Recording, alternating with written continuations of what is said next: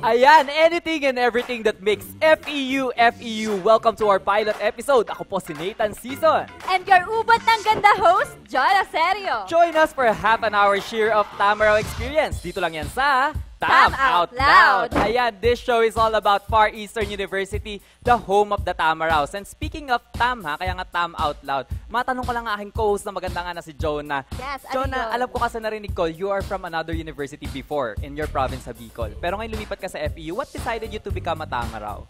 Actually, nirefer ako na kapatid ko dito kasi isa din siyang Tamaraw. At ang binenta niya talaga sa akin ay yung good faculty ng FEU. Yun lang, no? Solid Yes. na agad. Kasi iba talaga yung quality ng education sa FEU. Pero ano, yan yung opinion mo. Ano kayang opinion ng ibang Tamaraws about ba't sila nag-enroll dito? Magandang idea yan. Kaya naman guys, samahan nyo ako para tanungin ng ating mga katamaraw kung bakit nila pinili ang FEU. Ingat ka, Tara. John.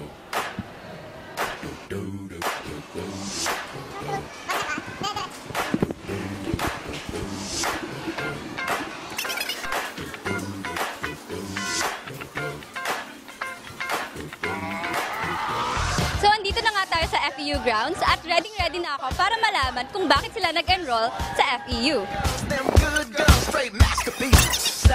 Hello, Kuya. Anong name mo? PJ. Hi, Kuya PJ. Ba't ka nag-enroll sa FEU? Ha?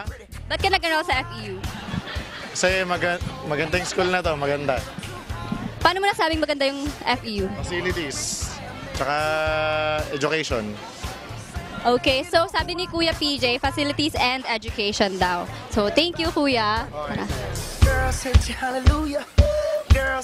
Hi. Thank you. Halika, i-interviewin ko kayo. Tara.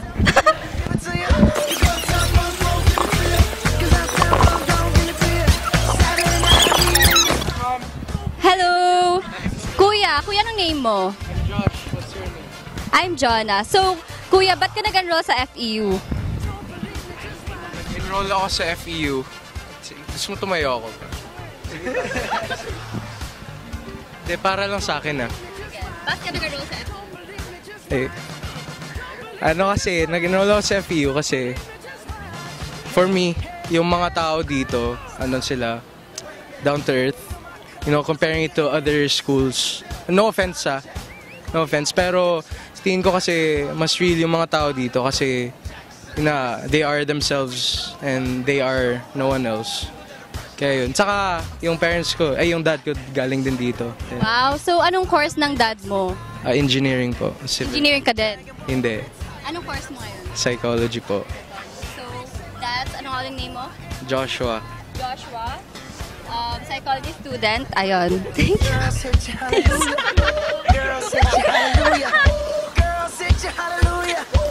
Hi, ate. Anong name mo? Rosaline po. Hi, ate Rosaline. So, anong year mo na dito sa FEU? Ano po, second year po. Second year. Anong course mo? FM po. FM. Ate Rosaline, bakit ka nag-enroll sa FEU? Kasi po high school pa lang ako, gusto ko na maging part ng Tamar. Bakit naman? Anong meron sa Tamaraw na wala sa ibang universities? Maganda po yung facilities ng school. Yun po. Tsaka, sabi po kasi nila maganda po magturo dito. Okay, so yun lang Ate Rosaline. Thank you. Thank you. Hi, Kuya. Kuya, pwede ka bang ma-interview? Ikaw na lang, Kuya. Anong name mo, Kuya? Ross. Ross. Kuya Ross, anong year nyo na po? Second year. Second year, what course? Political Science. Ay, wow. Ganda ng pol-sci. So, Kuya, ba't ka nag-pol-sci sa FEU? Nag-pol-sci ako sa FEU kasi may bibigay nila yung talagang hinahanap ko sa pagkuha ng course na to. Tsaka may matututunan talaga. So, thank you. Tala. Hi, Kuya. Anong name mo? Vince. Kuya Vince, anong year nyo na po? At anong course? Fourth year psych. Ba't ka po nag-enroll sa FEU? Nag-enroll ako sa FEU kasi okay yung environment. What about the environment, Kuya? Green, maberde. Hindi kasi okay naman. Nag-try ako sa iba pero mas gusto ko dito eh. Thank you. Hi ate, anong name mo? Venice. Ate Venice, anong course nyo? Mass Communication. Ano po nag-enroll sa FEU? Kasi gusto ko dito. Anong I like meron sa FEU? environment. And also, sabi kong magiging proud ka kasi pag naging nandito ka. Kasi ang ganda kaya ng place. That's right. Thank you, tara. Hi ate, anong name mo? Ella. Hi ate Ella, anong course nyo? Marketing. Marketing. So bakit ka nag-enroll sa FEU? Kasi gusto ko dito. Anong nagustuhan mo sa FEU? Particularly? Yung ambience. So environment din. Okay, thank you. Tara. Hi ate, anong name mo? Emily Lazaro. Anong name mo? Emily Lazaro po. Anong course mo at anong year mo na? BSBA major internal auditing po. Oh, okay. So, bakit ka nag-enroll sa FEU? Kasi po sa quality po. Quality education po. Quality of education. So, thank you ate. Let's go. Hello ate, what's your name? Kailin po. Ate Kylene, anong year mo na? First year po. Ate, bakit ka nag-enroll sa FEU? Anong nagustuhan mo sa university to? Uniform po. Tsaka po maganda po yung turo, tsaka yung facilities din, kompleto po. Okay, thank you. Tara. Hello ate, ano pang name nyo? Ano pang name nyo? Angela. Ate Angela, anong year nyo na po? Third year. Third year. So, ano po yung reason nyo kung bakit nag-enroll kayo sa FEU? Well, because yung tita ko dito rin nag-aral and then she told me that this school is one of the best university in the Philippines. So, trinay ko and then I accepted. So, I'm happy. So, anong course ng tita mo? Political science. So, is that your course too? No, international studies. Wow, bongga. So far, how's your stay here in FEU? Quite good. And I managed to have good relationship with other students and also with the teachers. Thank you, that's it. Salamat. So that's it. Narinig na natin ang boses ng mga Tamaraw kung bakit nila pinili na mag-aral sa FEU, which are quality of education, facilities, environment, and referrals by their relatives. So this is John Aserio from Tam Out Loud, and back to you, Nathan. Ayan, maraming salamat sa iyo dyan, Jonah, seryo. Yan po ang iba't ibang opinion ng mga FEU students kung bakit sila nag-enroll sa FEU. Alam nyo kasi mga katamaraw, marami sa atin ang dinadaan-daanan lang ang FEU. Ang hindi ninyo alam, maliban sa pisikal na ganda ng ating paaralan, meron itong natatagong ganda at galing na talaga naman nag-transcend throughout the Tamaraw years. Kaya naman pagpapahalaga sa kultura at sining, yan po ang Far Eastern University. Kaya sabay-sabay natin kilalanin ang FEU's past, present at future. Sa paligid ng maingay at abalang kalye ng Maynila, ay ang angking kagandahan ng Far Eastern University. Maraming universidad dito sa Maynila ang mayaman sa kasaysayan, but what a lot of people don't know is that napakayaman ng FEU sa pagpapahalaga sa sining at kultura. Ayan, and for more information about the physicality of our university, more about the Art Deco, we have our first guest for today. Walang iba kundi si Bien Joaquin mula sa ITHM. Magandang araw sa iyo, Bien. Welcome to our studio. Magandang araw sa mga nanonood at Tam Out Loud. Ayan, maupo tayo dito, Bien. Kamusta ka naman muna, una sa lahat? Okay. Wow. You're not graduating yet? Okay. So you know a lot about, as a tourism student, you know about Art Deco. What is Art Deco ba? Share mo naman sa ating mga audience dito. So yung Art Deco, short term siya for decorative art styling for architecture. Yun yung paggamit ng geometrical shapes at malalapad na bintana sa ating mga buildings kasi ang FEU ay Art Deco University. Oh, Art Deco University ang ating university. Bakit? Sino nagsabing Art Deco ito? Paano ba tayo naging Art Deco University? Ginawa lang tayo noong 2005 ng UNESCO bilang Asia Pacific Heritage for Culture. Kasi yung FEU, well-preserved yung ating mga Art Deco buildings kasi dumaan nga tayo sa World War II. Well-preserved at mukhang modern siya, di ba, compared to other universities. At saka, speaking of that, Art Deco, no, maraming mga artists, national artists, I believe. Ang auditorium natin, I heard it's the first cultural center of the Philippines, di ba, with the revolving stage. Ano ba yung mga lugar dito sa FEU na talaga namang pinagbuhusan ng hirap ng mga artists natin? At sino-sino ba itong mga to? Sa FEU Chapel, si Carlos Boto Francisco, siya yung gumawa nung Station of the Cross, tsaka yung Holy Cross. Yung parang painting doon sa may taas. Oo, kung mapapansin mo sa ibang simbahan, no, yung Station of the Cross, tsaka Holy Cross, kadalasan gawa sa kahoy. Yung sa atin ay pinta niya para magmukhang maluwag yung ating FEU Chapel. Pangalawa dito, yung Art Deco buildings natin, yung Nicanor Reyes Senior Hall, yung Nursing Building, yung Law Building, yung Administration Building, at yung FEU East Asia College Building. Ayan, ang dami. Alam mo, sa dami-dami ng magandang lugar dito sa FEU. Ikaw ba, Bien? Ano yung pinaka gusto mo o paborito mo kung saan ka nag-aaral? O kaya ano yung nakaka-inspire sa lugar sa school natin? Ako, nakaka-inspire sa akin yung sculpture ni Vicente Manansala. Kasi yung gawa niyang yun yung nagbibigay ng ideas at vision ng founder natin na si Nicanor Reyes, no? Yung vision niya about freedom, education, at saka yung pagmamahal sa sariling bayan. Kaya sabi ko, pag nakikita ko to parang proud ako na Pinoy ako kasi parang every corner of FEU is a glimpse of history. Saan ba makikita itong ano ni Vicente Manansala? Tabi siya sa flagpole sa FEU Plaza. Yun yung parang mga doon, sculpture. Bronze. Vicente Manansala naman pala yun. So at least alam na natin ngayon. At saka ikaw naman, bakit ka ba nag-enroll sa FEU? Malaman lang namin. Una sa lahat, tawag dito, ni-refer sa akin ng parents ko kasi bilang dito rin sila galing. So parang narinig ko sa kanila na maganda yung curriculum, ganyan, yung faculties, very hands-on sila sa mga estudyante nila. Tsaka yung facilities, hindi sila nagkukulang sa facilities. Palaging may bago para sa improvement ng education ng mga estudyante dito. Tama. And you are a BS Tourism, di ba, student? And we heard na sa Tourism Society, we have this group na mga FEU guides. Tell us something about it. Paano ba makapag-apply? Paano ba maging part? Kasi yung mga FEU guides yung talagang mga students na frontliners when it comes to knowing about the whole FEU, when it comes to culture, arts, and heritage. Ayun, sa mga kapwa ko Tamaraws na gustong maging bahagi ng FEU Guides, magpunta lang po kayo sa Travel Hub sa ground floor ng Alfredo Reyes Hall at hanapin niyo po si Sir Rick Ruiz. Ayan, maraming salamat sa iyo, Bien, ha? Maraming salamat sa pag-spend mo ng time. Marami kaming natutunan sa inyo. So ayan nga po, talagang makikita ang ganda ng mga tahanan ng Tamaraw dahil yan po ay galing FEU, galing FEU.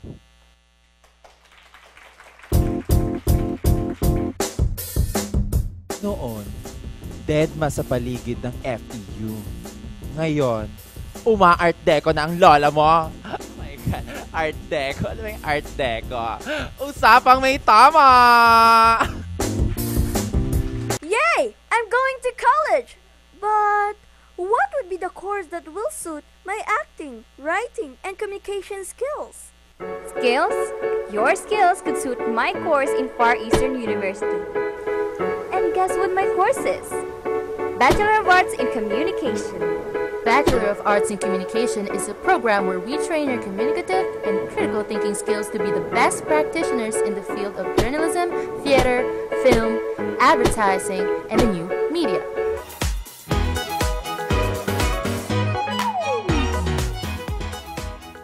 So nandito pa rin tayo ngayon sa Tam Out Loud. Alam nyo ba mga kaibigan kong katamaraw, ako rin po, makwento ko lang sa inyo nag-enroll ako sa FEU noon, not knowing anything about Far Eastern University. Pero nung nakapasok ako dito sa school natin, nakita ko yung sobrang gandang environment. Alam mo yun, yung parang pag pumasok ka talagang it's like a breath of fresh air. Syempre galing akong probinsya, from Laguna.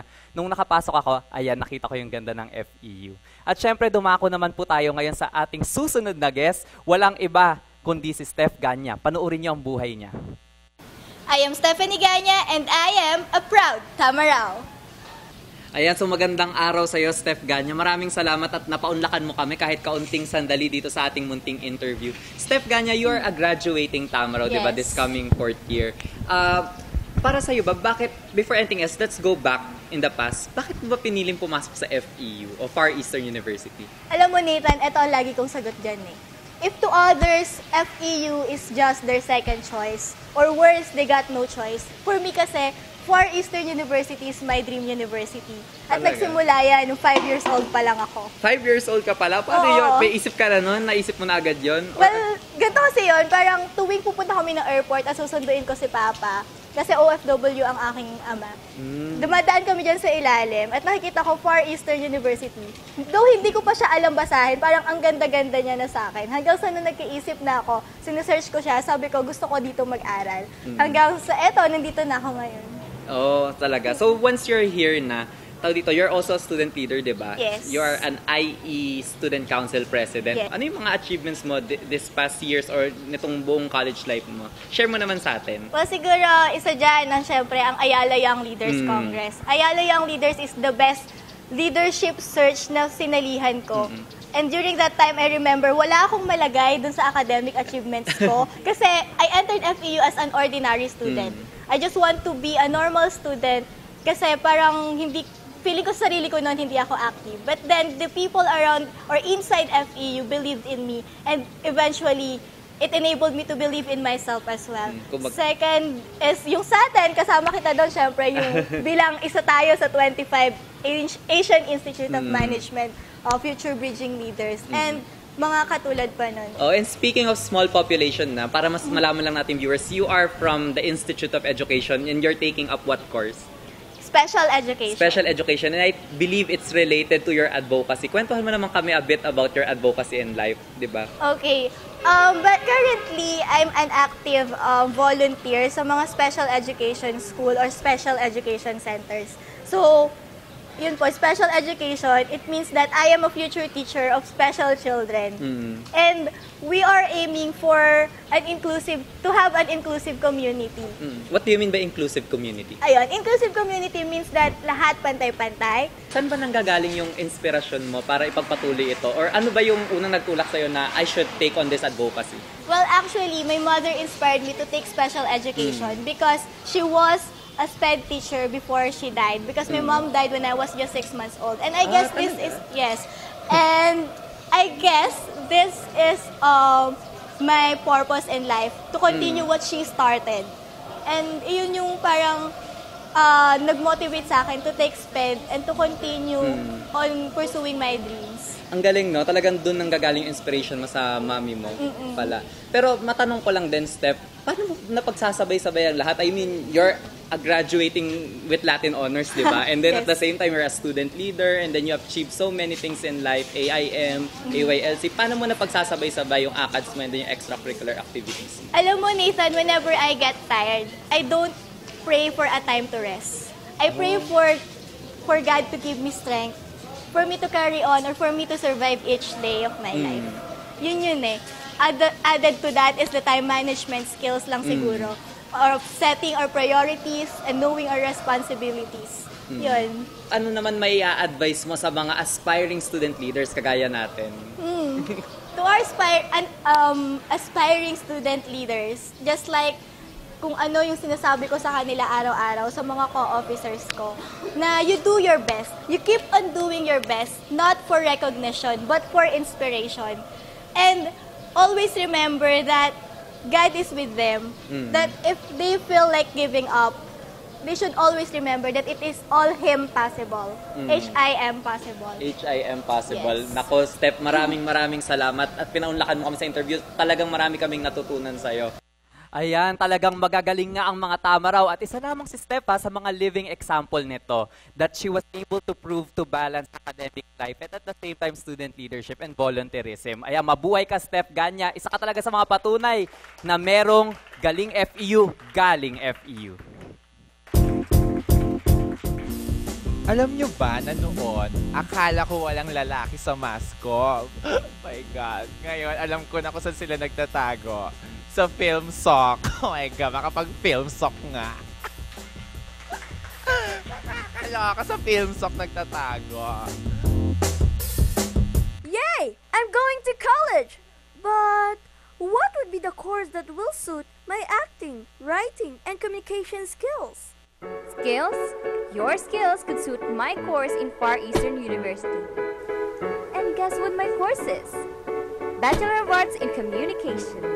Bachelor of Arts in Communication is a program where we train your communicative and critical thinking skills to be the best practitioners in the field of journalism, theater, film, advertising, and the new media.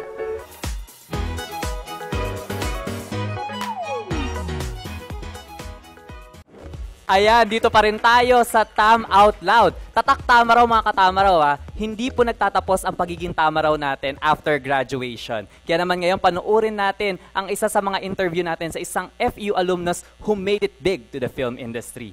Panoorin natin to. Salamat sa pagdalo mo dito sa aking programa.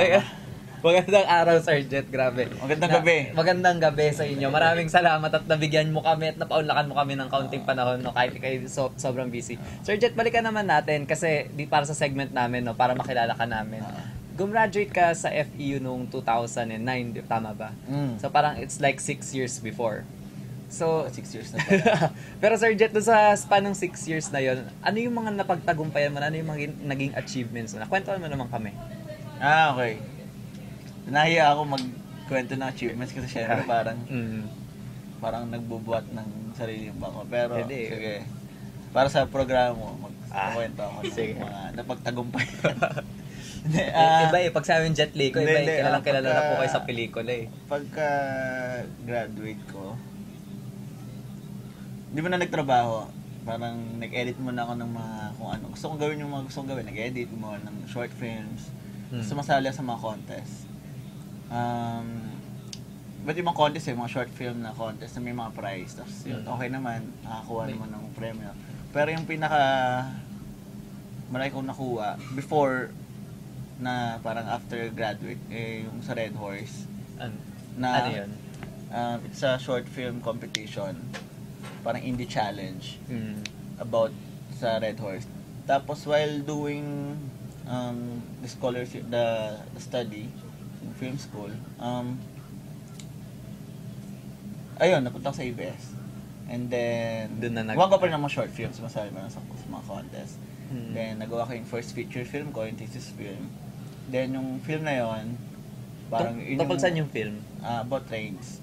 About train system, pero may may halong dark stories.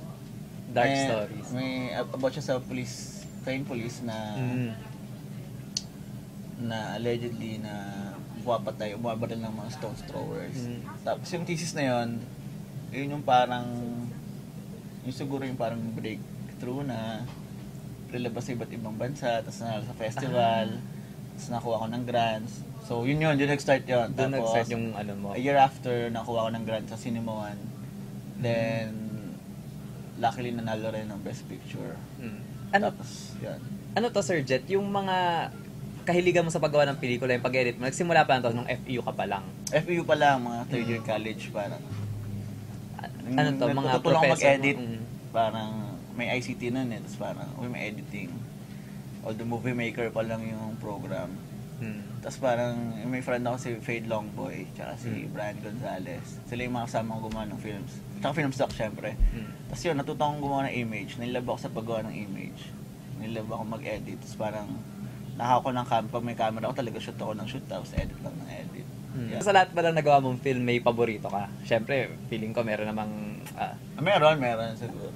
Ano yung pinaka nagustuhan mong film sa lahat ng nagawa mong film? Siguro yung thesis ko, yung Express. Okay, yung napadagan. Kasi,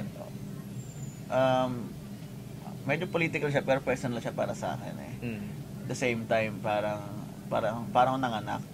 Parang akong nabuntis. Tapos yun yung inalagaan mo na ina-edit mo. Tapos parang yun yung anak mo na parang.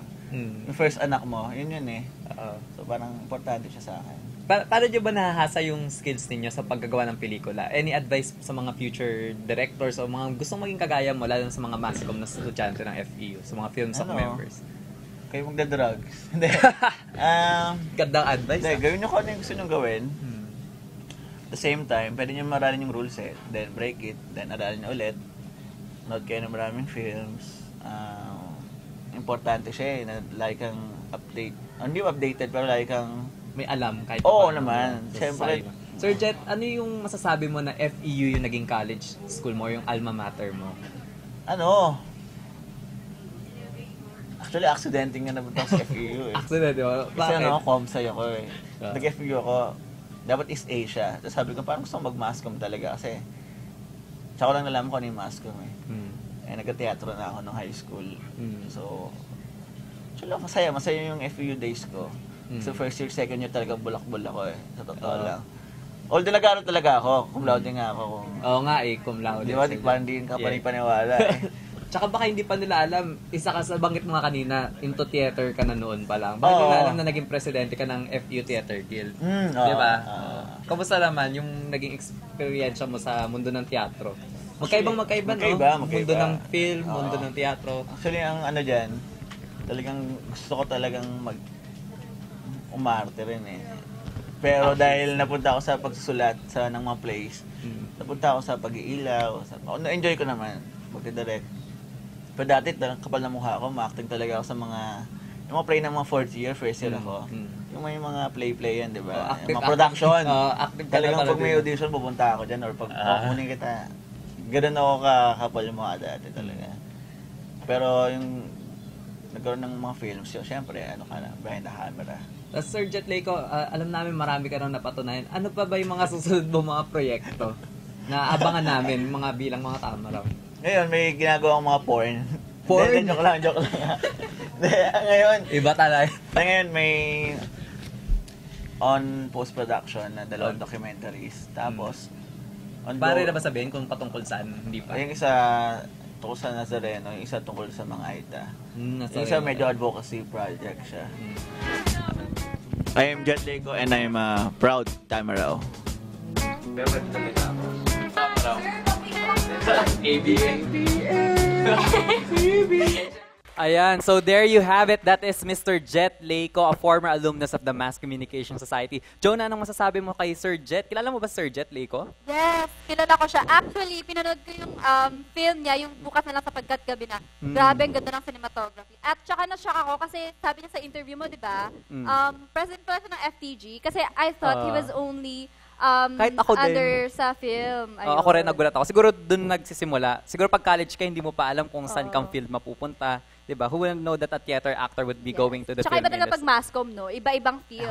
Kayang-kaya. Diba? Iba yung pagkaano natin sa masscom, Department of Communication. Pero alam mo, si Sir Jet Leko, isa lang yan sa patunay ng maraming Tamaraw na talagang magagaling. And that's 87 years and counting po, And alam mo, Jonah, marami tayong natutunan. Episode 1 pa lang to ng Tam Out Loud. Kaya pasalamatan natin lahat ng mga tumulong para mabuo ang show na to. Yung videos, nandiyan ang FEU Portraits for helping us with the OBB. Ikaw, Meg. And I would like to thank my makeup artist and hairstylist, si Miss Donna and Ma'am Chi.